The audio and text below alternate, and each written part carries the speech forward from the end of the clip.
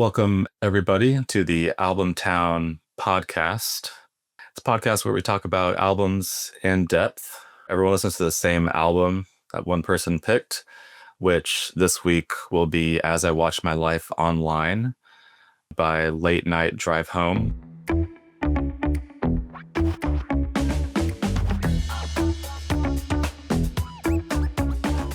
We will start by introducing everybody. I'm David, your host.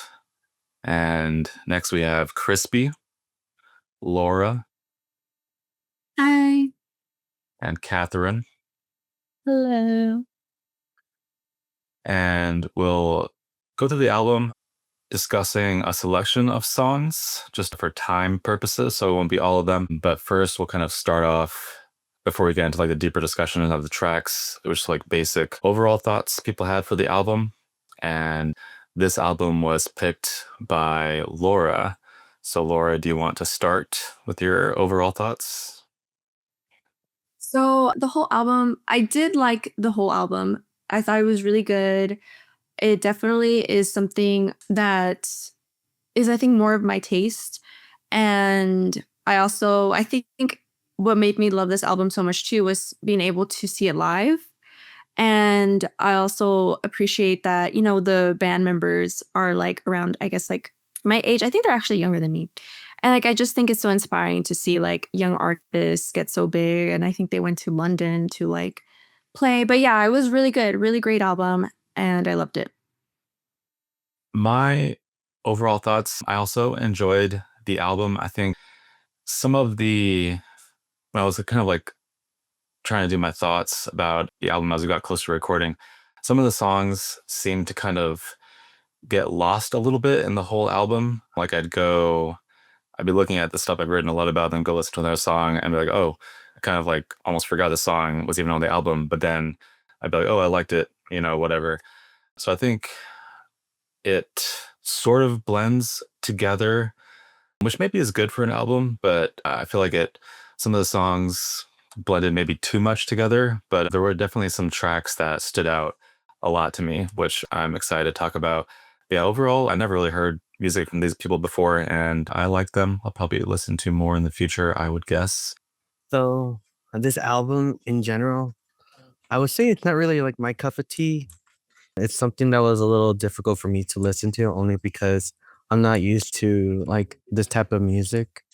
Overall, I think it was okay though. Like it was very nice, very interesting to like it was a new genre for me.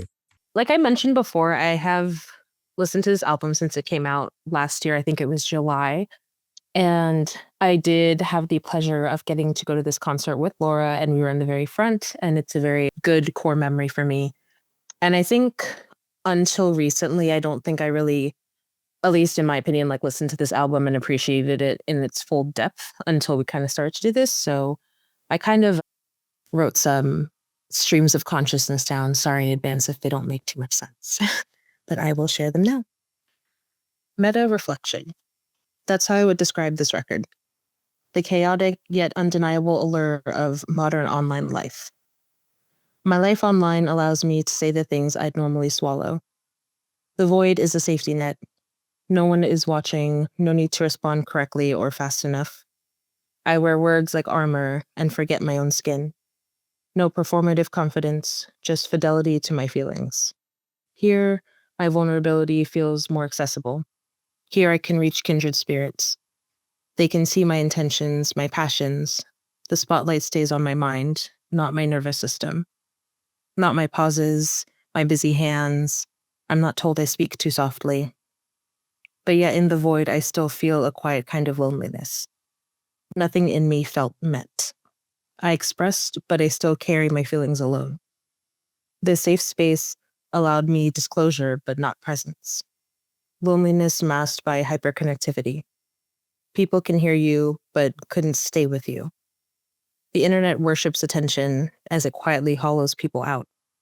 Entertainment is no longer an event, but a default state. Relationships feel disposable. Your online persona distorts and overwrites your actual self in exchange for instant gratification. But if you knew your time was short, would you still watch screens? would you fall in love with pattern recognition? Are you empty or angry? So we'll now move on to going on a track by track basis. The first one we'll be talking about is the title track, As I Watch My Life Online. So the very first song, As I Watch My Life Online, it's actually not one of my favorite songs on this album. And I talked about this with Catherine and David actually off camera, but it's how it repeats. Like it repeats this lyric all the time, which is "We got everything," which I feel like I think that is really meaningful. Is that we got everything, but I don't know. I guess just in a song, it just didn't really please me. I guess I don't know, but I mean, other than that, I really liked like the instruments and stuff, and I think it was a nice song to listen to.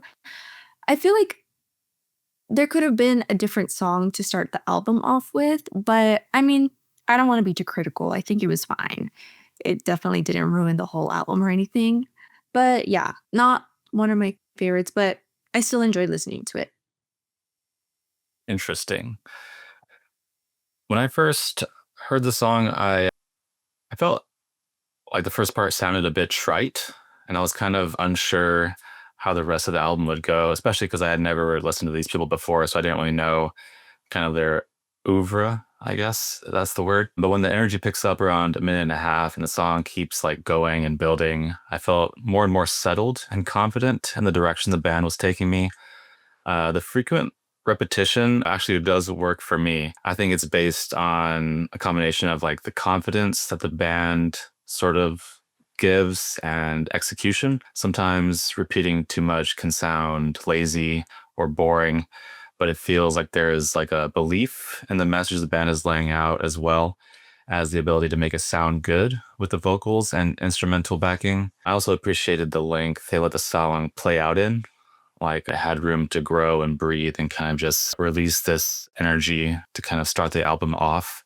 Maybe similar to what you were saying, maybe like not starting this album off with this song. I kind of felt a similar way at the beginning just because I was sort of on an unsure footing with the way they started off. But I feel like the way they ended it makes me feel like it's a pretty good starting song for the album. I feel like it is a good indicator of what's going to come afterwards. Just to like piggyback off of what Laura was saying, I also agree that this wasn't one of my favorite songs.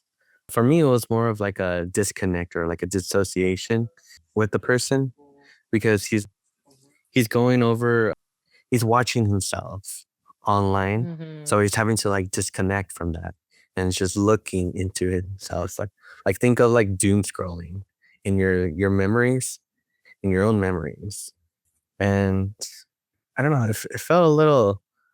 I don't want to say sad, but there was like a type of numbness to it.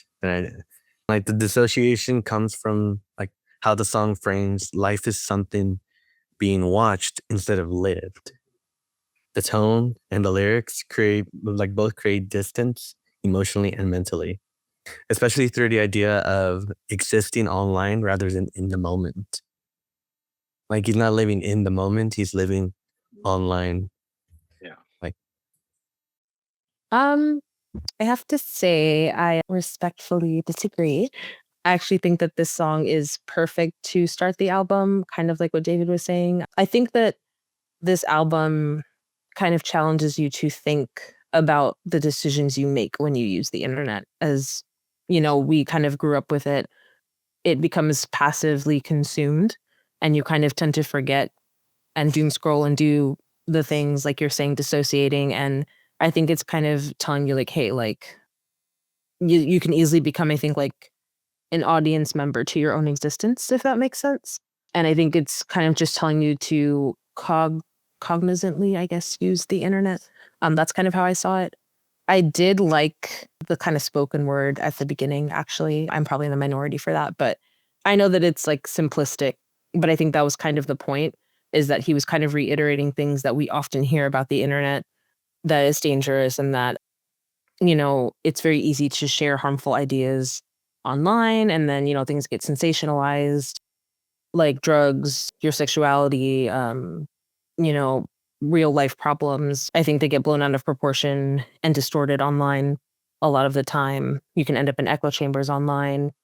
And I think that you kind of get into a state of denial sometimes about stuff like that, where you're like, it's not that bad. Like, I'm aware of it, so it's not affecting me like it's affecting other people. But I think you can be aware of something and it can still happen to you. But yeah, I actually at first was kind of on Laura's side. I didn't dislike the track at first, but I don't think I paid that much attention to it at first compared to more recently when I started listening. I was like, this is actually really, really solid. And I came to actually love it quite a bit. So All right. And the next song that we'll be talking about is She Came for a Sweet Time. I love this song. Actually, very stark contrast from the first song. But I just love this song from the very beginning, like just the drums and the guitar. Like I thought it was so good. And I just feel like this whole song was really good. And I was looking at the lyrics, and I think one of the lyrics says, you taught me how to water my roots and post things online. And I thought that was interesting because I think that's really like meaningful. Like you taught me how to water my roots. And then the postings online is like kind of random, but I think it was really a really good song. I really loved it. But yeah, I listen to the song every time. Like this song is like I listen to the song all the time. Yeah, very, very good. And I'd probably give it like maybe like a 9 out of 10. 9 out of 10, 8 out of 10. Yeah, I love it so much. But those It's are an my thoughts. impressive score.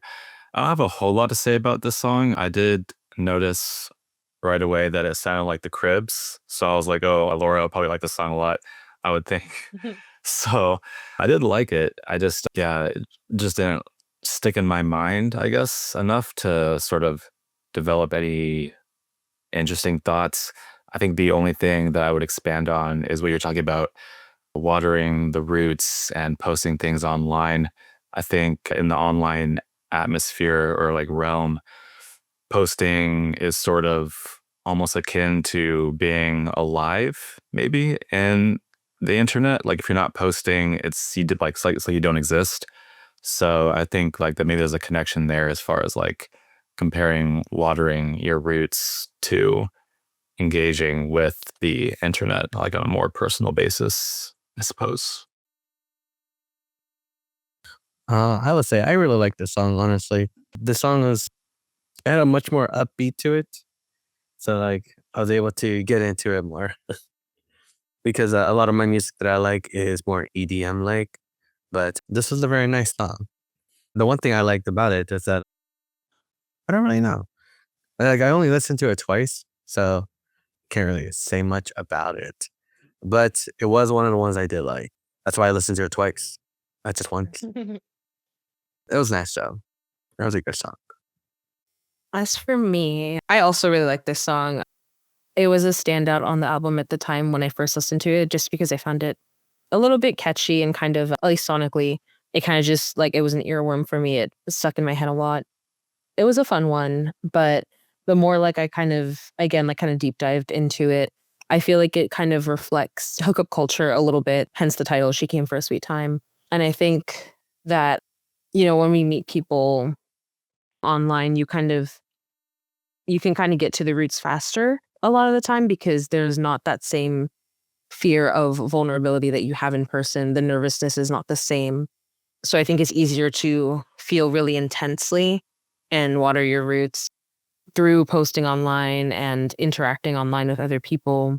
But at the same time, it doesn't last because I think it kind of encourages you to have this illusion of choice and think that if someone is gone, like, the next person will come along. And kind of viewing people, I think, is like thumbnails, if that makes sense, where you kind of like view it and you kind of like assess it, judge it, and like decide if you're going to keep or discard it, which is a little dehumanizing to me, honestly. But it's very common, especially in the dating realm, but even with making friends too. But yeah, I think that was kind of like my take, at least lyrically, on the song. And the next song we'll be talking about is Day 2. Okay, so I do enjoy this song. I know before we started recording, I was like, like whatever. I feel like the song is kind of how some of you have said, where it doesn't really stick to me. But I do enjoy this song more than the first track. I thought it was good. I don't really know what instrument it is. I think it's like the keyboard and one of like in the song. I don't know if you guys know what I'm talking about, but I think it's the keyboard. I really like how it Like sounds. the synth sound. Yes, that. I think it's really nice. A really nice touch. It's probably one of my favorite things about this song. I do like that it's a little more upbeat, and it's definitely a song you can like dance to and stuff, so I appreciate that. But yeah, I liked it. It was pretty good. I don't like listen to it very often, but like if I hear it or something, I'm like, "Ooh," like I like it. It's good. Yeah, Day 2, also one that I don't have too much to say about. I think it's a solid song. It did remind me of The Strokes a lot at the beginning, the way it started out, and it even has kind of Strokes-ish guitar solo later on. The 80s sounding, or at least to me, it sounded like the 80s sounding synth does differentiate it a little bit. It adds a little like an extra layer, so it's not just, oh, it just sounds like the Strokes or whatever. Yeah, that was a solid song, but yeah, not too much else to say. Isn't Day 2 like supposedly the follow up of She Came for a Sweet Time? Not just like the song, like it's actually the next song, but it's like supposed to be the emotional follow up, or like when she came for a good time, like the next day, Day 2 of it. That's why like there's an emotional fog after the connection ends. I thought that was pretty interesting. Like listening to it, it made me think of the aftermath of hooking up with someone, or like the hookup culture. So That's so interesting. Yeah. yeah, Like, I was like, "Huh." It's like you're still there mentally, but like the moment's already passed, type of thing. Mm. That's what I saw like from it. It's the emotional aftermath and the introspection of it. It's also not one of my favorites, just because like I'm not, like I said, I'm not a big fan of it, but I was able to listen to it and it was interesting. That was my take on it, my initial take, I guess. I'm glad you persevered. As for me, I actually really, really like this song. It's very romantic. I I didn't really think about that perspective, Chris. That's actually really, really interesting. I think for me, I kind of saw it as like a successful match, essentially, that made it outside of like the internet void. Like you met someone who makes you want to live and be in the moment and actually like connect genuinely versus just like swiping, I guess. And it's always a good feeling when you get to be that person for someone, when you get to find someone like that. But yeah, that was my opinion. The next track we have is American Church, which is the 5th track on the album. Okay. So, American Church, I love this song. I think American Church is probably my favorite out of all the ones we've talked about so far. Again, the same pattern that I seem to like, upbeat music where you can hear the guitar and stuff. Um, yeah, I think it's really good. I think the very first lyric, let me see if I can find it.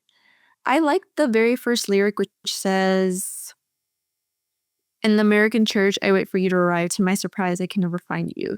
And I feel like that's interesting because I guess you can kind of, I'm not saying this is what the song is about, but you can kind of like compare that to like, people go to church or something for hope and stuff. And and not to get like religious or anything, but like he just keeps waiting, and maybe some people go to church to find some kind of hope to practice their faith, but they're just waiting because I don't know, maybe they don't see anything, like they don't whatever they pray for doesn't isn't granted, I guess. But that's just a connection I made. I don't think that's what the song is about. But I thought I liked that lyric. I thought it was really good. But yeah, the whole song, really great. And so far, it's my favorite. Yeah, the same feeling when I was listening to the album where I had liked the songs so far, but this one like really stuck out to me as like that was my favorite one up to that point in the album. And the rhythm of the song lyrically and musically really caught my I guess my ear. It really sounded good to me. The church, to me, a church implies ritual. And I got the feeling that these like daily routines and activities that he talks about in the song were almost like church to him, which it can also provide. And I guess church, the concept can provide a space of solace and safety when other things in life feel out of control. There was, I think, a lyric in there where he talks about, I think it's about his mom being an alcoholic or something like that. And I feel like that kind of connects to that feeling of wanting somewhere that feels safe. The layering of the vocals kind of reminded me a little bit similar to Melt. The effect of the vocals that later on in the song that sound like they're coming out of a walkie-talkie. I really like that part as well. Lots of repetition at the end of this song and throughout the album in general. It reminds me of how repetitive the internet can be a lot of the time, especially in forums where people talk or people often make the same jokes or memes spread like viruses. I think those are the things that kind of stick out to me. But yeah, favorite song on the album so far. For me, I did like the tone of it, or like the rhythm and the beat. I did not like the vocals. I apologize. It does resemble Melt, and but the reason I like Melt more was because the voice was more female rather than the male version. I was like, I don't know. I don't know why I couldn't. It was hard for me to listen to it. But what I caught from it was that the American church isn't just about religion. From my understanding of it, it was more of like institutional than religious. It's like the institution that claims to save you, but they don't actually see you type of thing is what I got from it. I'm not sure how to elaborate on that. That's what I felt. Yeah, I actually kind of agree with that last part. You agree with me? Haha. Yeah. Validation. Yes, exactly. Which is actually what I think in part the song is kind of speaking to. I kind of agree with all of your perspectives, honestly. I think it's all of those things. I think, when you're a kid and you don't really understand the things that are happening around you, good and bad, sometimes you can find solace in like the life you carve, which is one of my favorite lyrics, actually, when they say that, because I think you kind of create that safe space to kind of escape maybe like the horrors of daily life. But I also think at the same time, to me, like the American church speaks to like community. And I think that it's trying to say that the community online can be hollow and that it can cause you to seek validation rather than connection.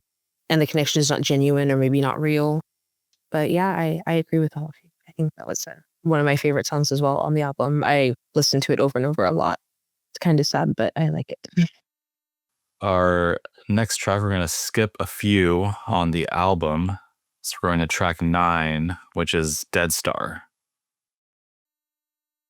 Okay. I think Dead Star is, I don't know. I love American Church a lot, but I also really love Dead Star. It was so good. I think I like the lyrics, like everything, the instruments, the vocals. I think it was all good. And I feel like this song is very meaningful, very, I guess you could say romantic, maybe. Well, the lyrics, at least in my opinion.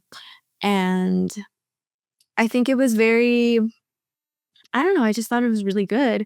And some of my favorite lyrics were followed the dead star, and when I got there, it died already. And I feel like, oh, and then he also says, You were the prettiest star I've ever seen. I just think that's so sweet. But I feel like the way I interpret that lyric is maybe, he followed the dead star. He's following maybe this love, maybe someone that means a lot to him, but maybe it's not reciprocated. And he didn't know that until he got there and he realized it was a dead star. And that's how I interpreted it. But he still says you were the prettiest star I'd ever seen. Even though like the love, I guess, whatever is gone. And it's like, oh my gosh, it's so good. But this is such a great song. But yeah, I love it. 10 out of 10. Hands down for me. So for Dead Star, I love and hate this song. The lyrics are beautiful. Similar to what Laura was talking about, I feel like they're describing the pursuit of a relationship that seemed promising at the start, but in the end, there was not enough beneath the surface to sustain it. And when I was looking at like dead stars online, it was talking about how stars collapse when they no longer counteract their own gravity and begin the process of stellar death. They can still emit heat for eons, but they stop creating new energy. So like this journey he's on to the dead star is futile, but the light, he's seeing from the star, it's from like possibly billions of years ago. So there's no way to know it was dead until you've gotten like deep on your journey, like maybe deep into the relationship and you've like put all this effort in and you didn't really know beforehand that it was kind of meaningless in a way. On the other hand, I started, well, at first I thought it was a violin. I didn't know it was a sax solo, which I didn't even realize the song before, If I Fall, had a sax at the end of it.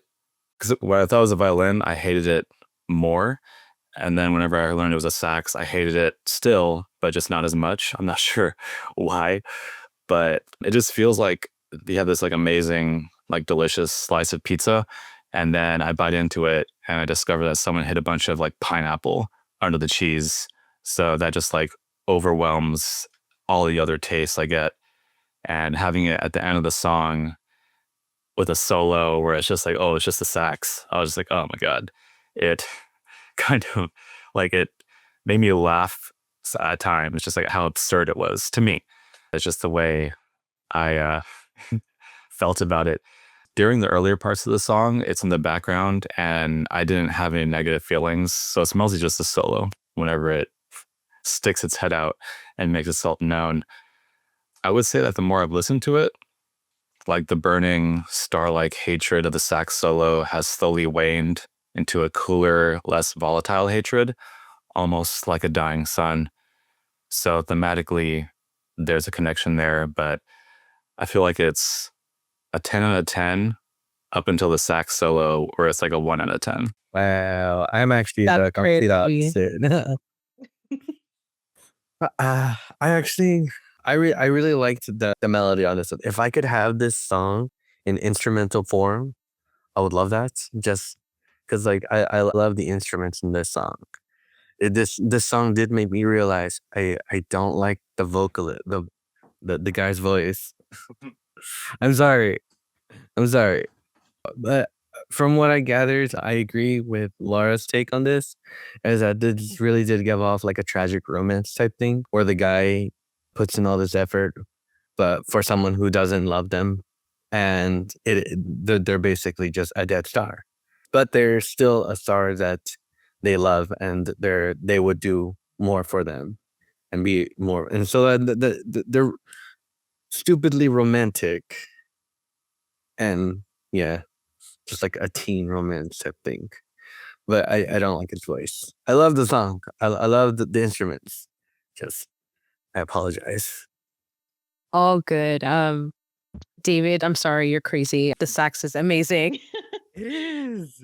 It's so, so good. And I know we had this discussion before. I But would say one caveat is that I did listen to this song the most out of any of the songs on the album. I think I probably listened to it maybe more than 35, maybe 40 times, just because I felt like I wanted to give it a chance to kind of change my opinion.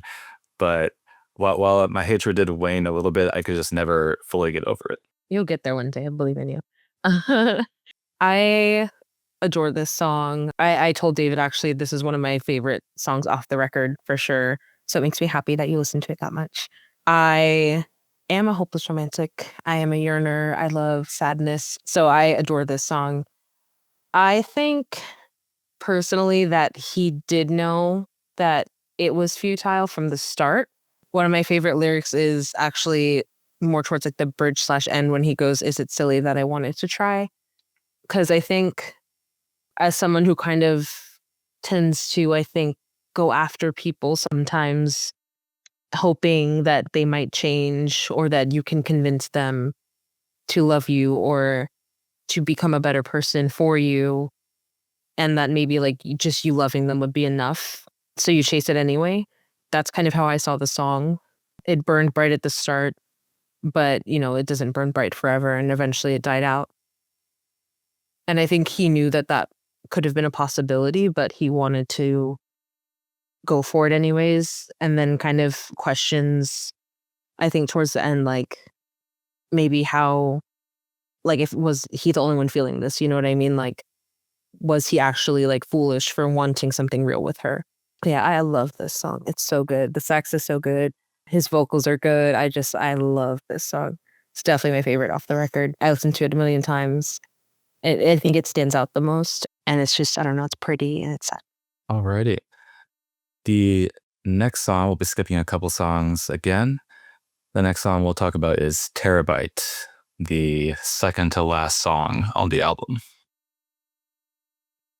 I love Terabyte as well. I think my favorite songs off this album, like for sure, are American Church, Dead Star, and Terabyte. And I like Terabyte so much because of how upbeat it is. And I remember actually I was with Catherine and I never really listened to the lyrics. And I don't know what you're talking about. What did he say? He's like talking about porn, and I told Catherine, I'll say, talking about porn. But I think it's like it makes sense though because the album is about. I mean, the name of the album is about being on the internet and stuff. And so, I mean, like you get exposed to stuff like that, like, and so I think this song kind of. He makes references to being online throughout the whole album, and this is one of them. And he says, I don't know exactly, I can't remember the exact lyrics, but he says things like, "What more can it do to my brain?" I mean, it's just porn. Yeah. When you're young, I guess you don't care, you don't really think about things like that until you're older and you realize maybe this isn't healthy. Maybe this, like, I don't know, you start to critically think about it. It's just a reality. So, but yeah, I thought this song was really good. Although I will say, towards the end of the song, where I think, I don't know what he says exactly, but towards the end of the song, it kind of like slows down a little bit, I think, if I remember correctly. And I didn't like that part. I did, like, it was like, okay, like, towards the end of the song, like, when that part starts, I always skip it because I'm like, oh, and I don't know why, it bores me. I'm not gonna lie, y'all, like, sorry, but and everything before that, I love 10 out of 10. But yeah, that's what I have to say about this song. That's wild. Like I talked about how I hate the end of Terabyte, but I never skip it. I always endure, or no, not Terabyte, Dead Star. Yeah. But I also agree those are my three favorite songs, American Church, Dead Star, and Terabyte, even with that, like, sax solo at the end. I did think that for a song about addiction and porn negatively affecting one's brain, it makes me feel pretty happy, at least for the first half or so. I think the energy of the song is just kind of upbeat. I think there's an earlier song, I'm not sure if we talked about it, but it also has like some more negative or like, ish lyrics, but the song kind of like hides that a little bit because it just sounds so poppy and jumpy. I think the music and lyrics just come together into this like immensely satisfying mixture that doesn't really get more melancholy until the last half, where the music also becomes more sporadic and feels less controlled. This also presents in the vocals, which become distorted and haphazard, which reminded me of Kanye West Runaway, another song involving negative cyclical behaviors and sex addiction.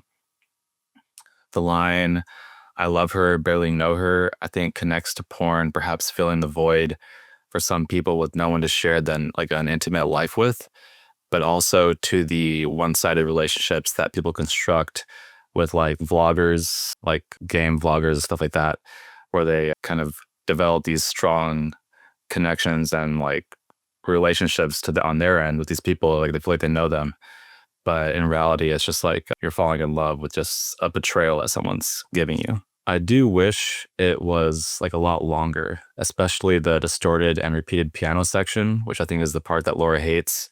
It would have been nice to really let it breathe, I think. So if like for me, I would have preferred that song with that part was like 2 minutes longer. I think the song would have been better for that. But yeah, this was, I think, my favorite song on the album. Uh, I had a difficult time understanding like the lyrics of the dude. I will say, I'm sorry, but I like the songs like beat and stuff because I like the guitar halfway through. That was really nice. Like it was like an electric guitar, I think, halfway through, and that was a good part of it. But yeah, the porn, I didn't think about that until I saw the lyrics just now. I'm like, oh, it's talking about porn. Okay, so that was new to me. I don't really have much of a thought process for it, but I did like the beat. As for me, Terabyte was one of their singles, so it's one of the first songs I did hear before they fully released the album. And I really like it as well. I think it talks about a topic that doesn't get talked about a whole lot, especially in music. And I think that the way he talks about it is very accessible as well. And it was interesting, David, how you brought up parasocial relationships, because that's exactly what I thought about. Like some of the lyrics towards the end, I love her, I barely know her, calling himself a creep. Like there's so many different like things that were said towards the end that I really like, because I think that consuming that type of content is definitely severely damaging to how you perceive relationships, women, objectifying them, dehumanizing them, and kind of creating that loop of like dopamine and then kind of like the downfall after that. I think that's why the song is so upbeat, because it's kind of mirroring that, the happy feelings and then towards the end, kind of the fallout from that. But yeah, I think that was a very interesting track, and I'm glad that they included it for sure. I think it needs to be talked about more. Yeah, I left it. Alrighty. And so that is all the tracks we'll be talking about. Overall, good conversation. Lots of interesting, buried thoughts. I think this is a good choice, a good follow-up to Melt, I think. And thank you everybody for joining, contributing, and giving your time for the podcast. And I will talk to you guys later. Thank you very much.